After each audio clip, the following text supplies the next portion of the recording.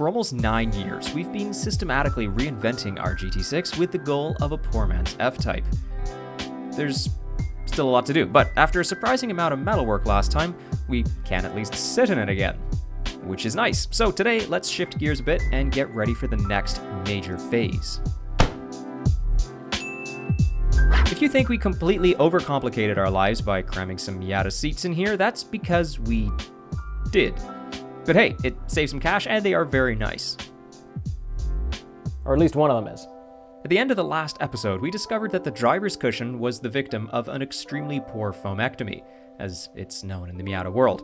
And yeah, that's kind of unfortunate, but while it may seem reasonable to leave this minor issue for a later date, the weird thing is, literally every driver control is about to be reworked on the car.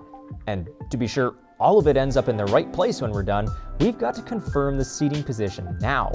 Otherwise, we could be in for an even less ergonomic experience than a GT6 usually provides. Wish us luck. There's a ton to go over here in due course, but thankfully one small piece of the puzzle can be added today. A shifter. An albeit off-brand short shifter designed for a Ford-style Tremec T5 in specific. And although we've gone a different route with a unit from a 2004 Mustang V6, fortunately the required shifter is the same as all the older GT World Class units. So, winning.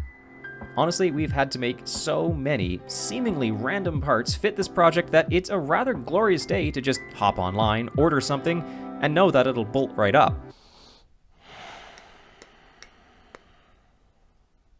Well, it does bolt up, but upon installing it, we noticed that there was absolutely zero attempt by the shifter to return to neutral, which is kind of one of its primary jobs. This might be due to poor machining, and it might be due to us buying the absolute cheapest unit I could find, but here's the thing. It's close enough, and I'm sure we can get it to work. Granted, our transmission is still a wild card, but it seems to operate smoothly, so the most likely issue is the shifter itself is sticky. Looking at it, there appears to be some burrs that should get cleaned up, so we'll start there. Let's quickly strip it all down and grab the deburr tool to see if it lives up to its name. And it might be a bit hard to tell, but the sharp edge here is now improved, so that will hopefully prevent these little pads from catching and jamming things up again. In all honesty, this design is perfect, and even for $80, I'd still like to see better fitting components. But the good news is we could always improve it later, so let's just see if we can make it any better for now. After quickly slapping it back in again, though, sure enough, still terrible. Let's try the stronger springs it came with. Okay. This is pretty basic. I'm starting to run out of ideas. The last thing we can try is tweaking the actual ball and socket, as by process of elimination, this has to be the issue, else there's just some kind of spell on the thing. The bushing here is likely some kind of nylon material, and with some grease, it should easily slide on the machined socket in the shifter housing, but it doesn't. We could be looking at some paint or maybe just a poor surface finish here, but regardless, let's try some sandpaper to smooth out the area, and we'll swap to the Dremel because that's just taking way too long. Okay, finally, some improvement. It does actually go back into neutral now, though getting into fifth and reverse is still kind of like moving a stick in a bucket of gravel, but looking at the shape of the ball and socket, I think we finally sourced the real issue. For some reason, while the pivot ball may be fairly hemispherical, the socket has been machined into a cavity that is simply way too wide. If we were to look at a cross-section, what's happening here is the sides are too vertical, and the force of the centering springs are actually wedging the ball into the socket rather than just floating it on top. So if the center bore was narrower, we'd have a better angle here, and that would likely solve the issue, but polishing this surface has helped. And regardless, here we are. I might just grab a welder at a point and build up some material to refine the shape further, but at least it mostly works, and we'd kind of like to move along from this bolt-on part. Let's turn our attention back to the seats then. The previous episode left off with all the metalwork completed, but as mentioned earlier, a pretty horrific hack job to sort out. Removing foam from these seats is a really common mod to let larger drivers fit in a tiny Miata. And while our GT6 is even smaller than a Miata, we still need to tidy this up before we potentially strategically remove some foam ourselves. On that note then, kind of feels unnecessary to buy new cushions, but what are we honestly talking about here to simplify things?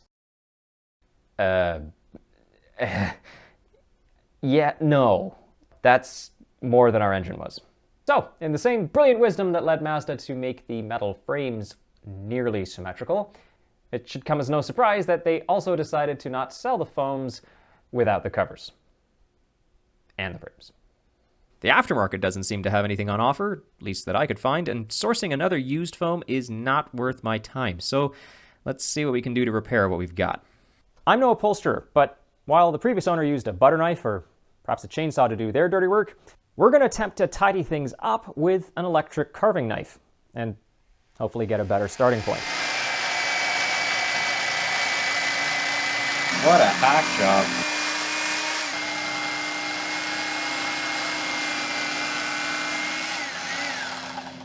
Well, that may not be as ideal as I was wanting, but with a few scraps to help fill in the really low spots, I think we're headed in the right direction. The idea then will be to cover over the top of this with a new sheet of foam and start rebuilding the overall shape, as we're missing quite a lot when you compare this to the other side.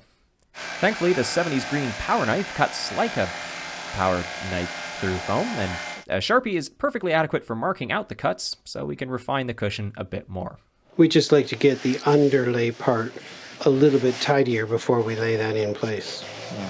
While poking around in here, we noticed that, unfortunately, in the process of demolition by the previous owner, they managed to slice right through one of the cloth strips holding the cover to the foam. And we want to thank them very much for that. So somehow then, before we get too much further along, we need to address this, otherwise the seat will be forever baggy in this area. A new strip of cloth could be sewn in place, but who's got time for that? So instead, a series of zip ties have been installed, and with them tightened up evenly, we can trim off the tails and carry on as if this never happened. Now armed with some spray adhesive, let's get those low spots filled in for good. And while, yes, it is only going to look as good as everything else here, at least once it's back together, no one will be the wiser. We're going to call that shake and well. It said there was a dot. Turn nozzle so tip points to dot on can rim.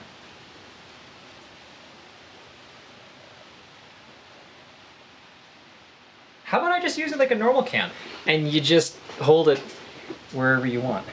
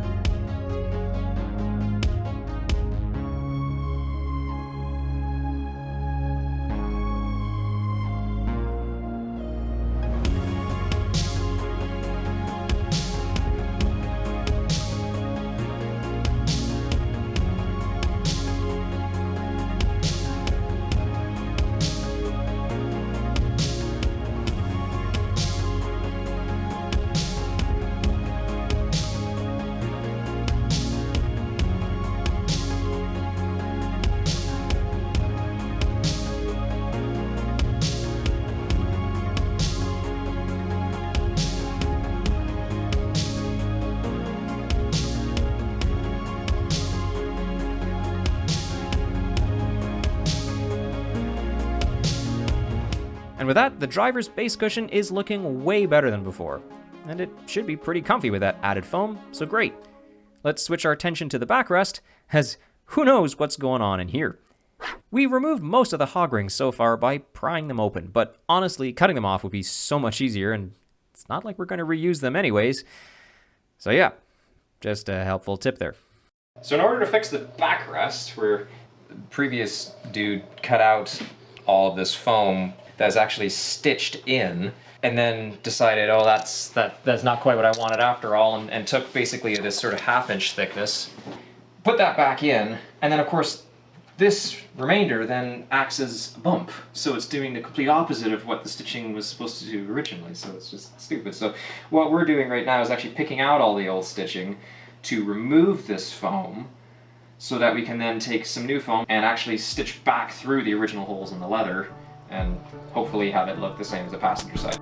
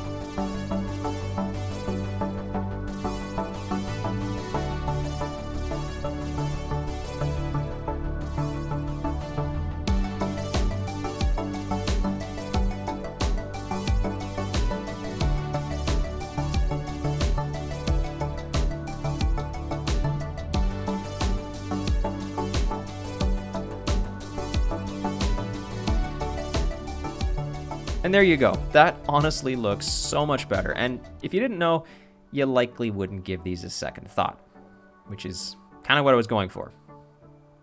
And yet, yeah, a lot of work that'll never be seen again. Well, such is life. Anyway, the next step would be to stick them back in the car, but we never actually finished all the work to do that, so let's get on with it.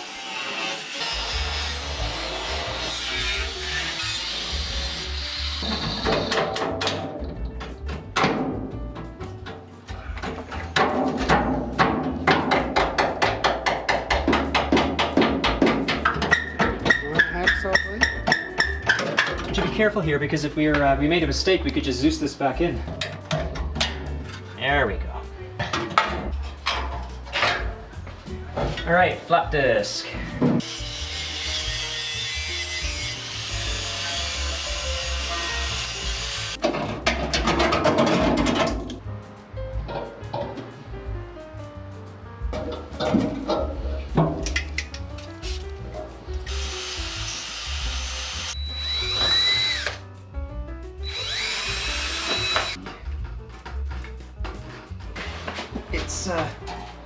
It's not tight at all in this garage.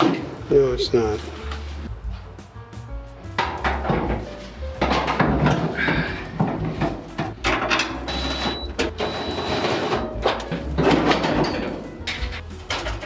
Never actually tried bolting it on. I remember on the other side I had to file a little bit because I think the hole is slightly rearward.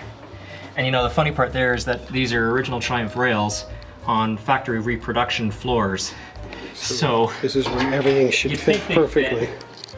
But they aren't. Okay, coming back. With both seats now finally installed, we've got a great start to the cabin.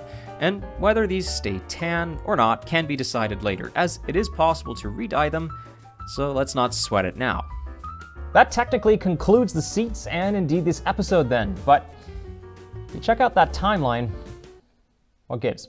Well, after leaving the car like this for, I'll be honest, the entire winter, we've reached a conclusion that I think may be best summarized by Ben Stiller. How are people supposed to drive good when they can't even fit inside the vehicle? I mean, technically we fit, but I really don't want to leave a head-shaped impression in the roof after the first pothole, so I guess we should just cut the roof off? Or we could instead just lower the seats. But no, we can't actually because some moron put a frame in the way. So really, all that's possible at this point is to scrap the last 2 episodes of work and go back to the original seats as they were probably the better choice in the first place, corroborated by several of you last time. It should come as no surprise then that our solution is to do a foamectomy. I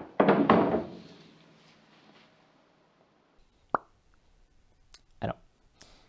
Maybe we can do a better job of it? Okay, so we try hard not to backtrack on this project, as my OCD could literally double the length of what is already a very long build if I let it. But in this situation, if we can't fit, well, we have to do something, and a foamectomy is the simplest choice. We're not going to touch the backrest though, so our focus is entirely on the base cushion.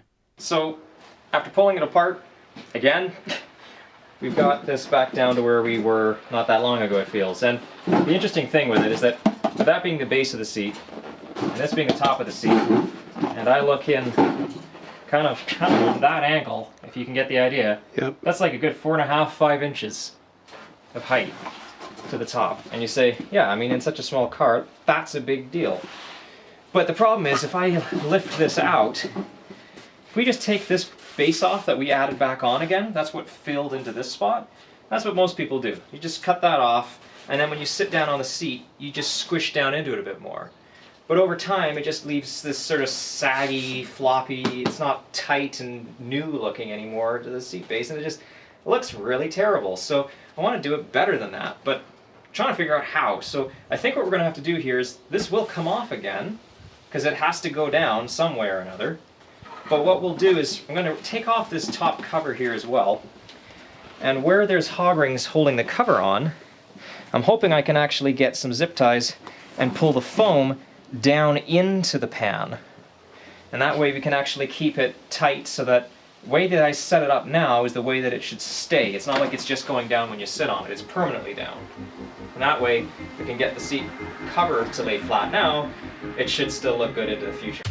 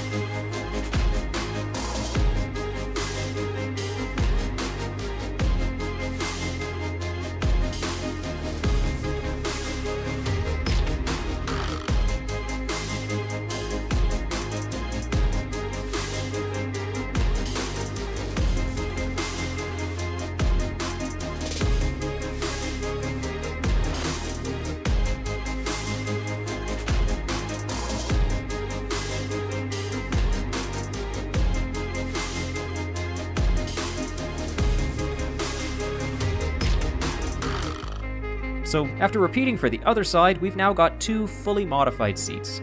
And although I prefer how they looked earlier, the foamectomy has definitely gained us some much needed headroom, so no complaints. Honestly, sitting a little deeper into the seats has also made the bolstering a bit better, so let's call it a win and overlook the small setback in the master plan. At this point then, we've arrived at an interesting stage of the build. The frame is 90% there, likewise with the drivetrain. The exhaust and intake are present, and our hood actually goes up and down without having massive hinges hanging out front. There's room for a fuel tank, and the engine just needs to be put back together for us to be on the home stretch. So really, I think we can no longer avoid doing some more major surgery. More on that next time. Thanks for watching, and thanks also to all the amazing patrons and donators who support our shenanigans. If you'd like to help out as well, there are links in the description below. Keep wrenching, and we'll catch you next time.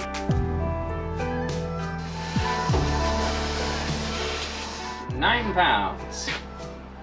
So that's fantastic. So the only little issue is going to be as